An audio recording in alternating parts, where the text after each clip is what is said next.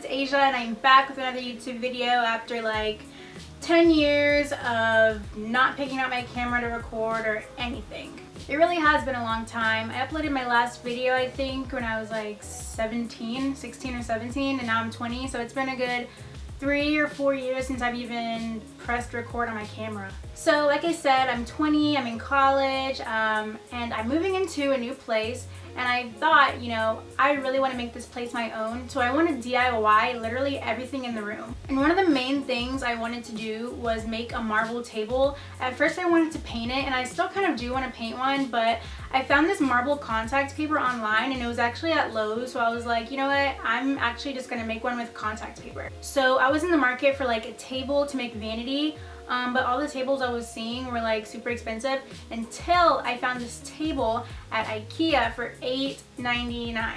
It's the Lindemann table.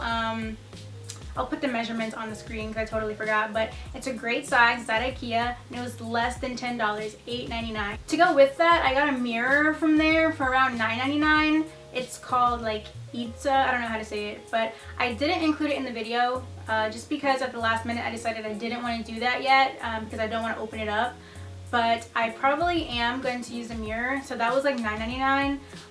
So yeah, like super cheap from IKEA. The contact paper was like $6 or $7 from Lowe's. I had to buy the legs separate for the table. Each leg was like $4, and there's 4 legs. So when you do the math, the table ended up being somewhere around $32. I did a little bit of extra stuff though. I spray painted the legs, so the spray paint was around $3 or $4. And what else did I do? Oh yeah, and if you add the mirror, then you add like $10, so that makes it $42 so really super cheap. All the vanities I saw on Amazon were like $200, $180, and I was not willing to spend that. So I'm super glad that I found this super cheap stuff at IKEA, and I can't wait to show you how I did it. So if you want to figure out how exactly I made this super cool marble table that can double as a vanity, a desk, anything you want, then keep watching. Also, don't forget to subscribe, and please let me know in the comments what else you'd like to see from me. Okay, so we're starting here with the IKEA Lindemann table. I was going to add this mirror, but I decided against it last minute, so don't worry about that. These are the 4 legs. It looks like 3, but it's 4. We need a drill and then our contact paper, our marble contact paper. Okay, so we're just opening up the leg, and it comes with a little disc, 5 screws, and some instructions, which I didn't look at because they were kind of confusing to me.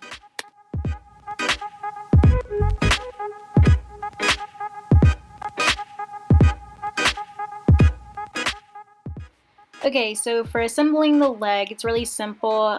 You take the disc and you screw it into the screw on the leg, just until it gets tight.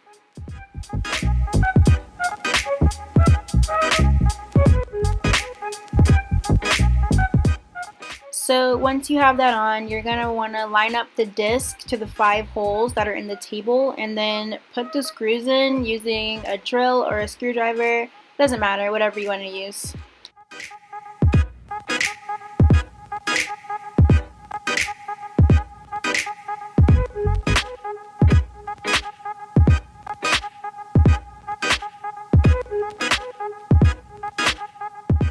Alright, so now for the contact paper. This part may be a little bit tricky, but hopefully you can understand what I did. Okay, so I first started out by marking where the edges of the table were in the contact paper, just so I could make sure that I line up everything correctly when it's time for me to stick it on. And I also went and marked how much paper I wanted to fold underneath the table, so that's me making the second line underneath the line that's the edge of the table. So after that, I'm just going to use an X-Acto knife to cut along the line that was the line that goes underneath the table. So the paper that's going to be wrapped under, that's the line that I cut. So this is my first time working with contact paper, and I'm not going to lie, I kind of screwed up this part, but you'll see later that I figured it out, and the second time I apply the contact paper, it's a lot better. But what I'm doing right now is I'm just unpeeling a little bit of the contact paper, just so that I can line up just the edge that I drew to the edge of the table. So hopefully you can see that line that I drew. It's right on the edge. If you can't, a little bit later there'll be a better view, but I just wanted to show you twice just so you could see it twice. But right now I'm just going through and smoothing, and now I'm showing you what the corner looks like. So what I did was I just cut a little slit perpendicular to the corner. It makes it so much easier to do the corners. I'm showing you a different side now because I filmed the other side, but it wasn't a good view. So just watch this. It's pretty self-explanatory, I think. You just kind of cut a slit and then put the pieces, smooth the pieces down. So like I said before, this was my first time doing it, so I kind of struggled a little bit, but you can just watch me struggle with it, and hopefully you can understand better than I did.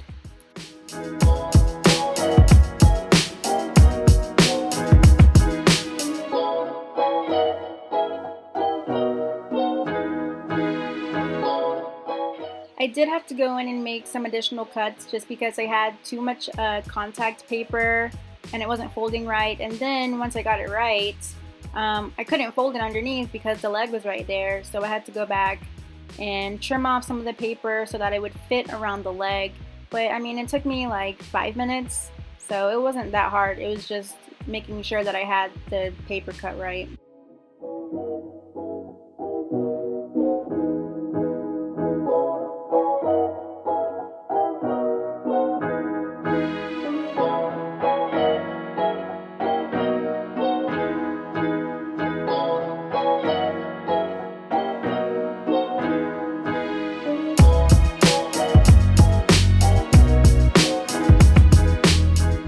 Alright, so the contact paper wasn't wide enough for the table, which is fine. So I just had to put some more on the exposed part. So I'm going to do the same thing. I'm just going to mark where the edge of the table is on the contact paper.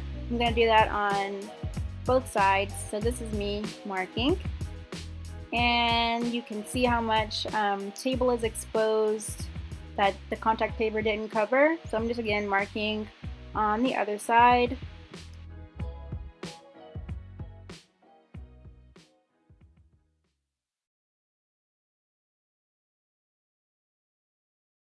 So here, this is what I really wanted to show you. I put it in slow-mo and I added arrows because I felt like you should know this.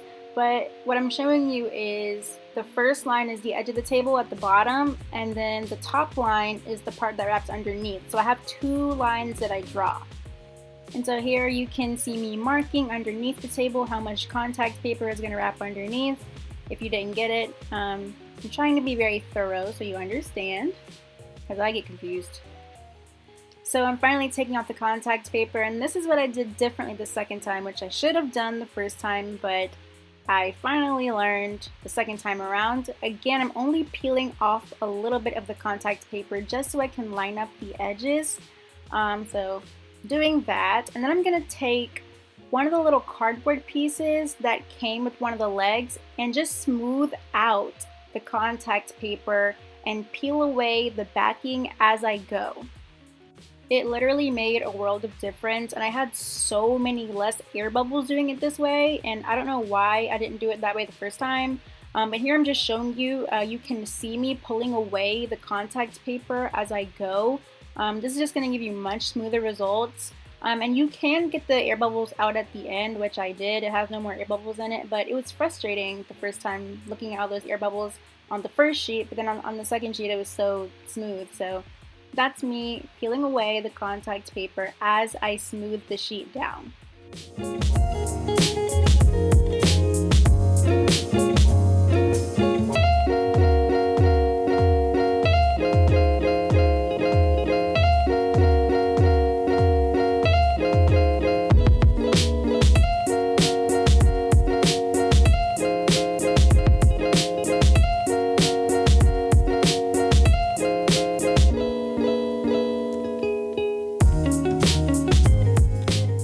Was really cute, but I felt like something was missing, and I decided at the last minute that I was going to spray paint the legs white.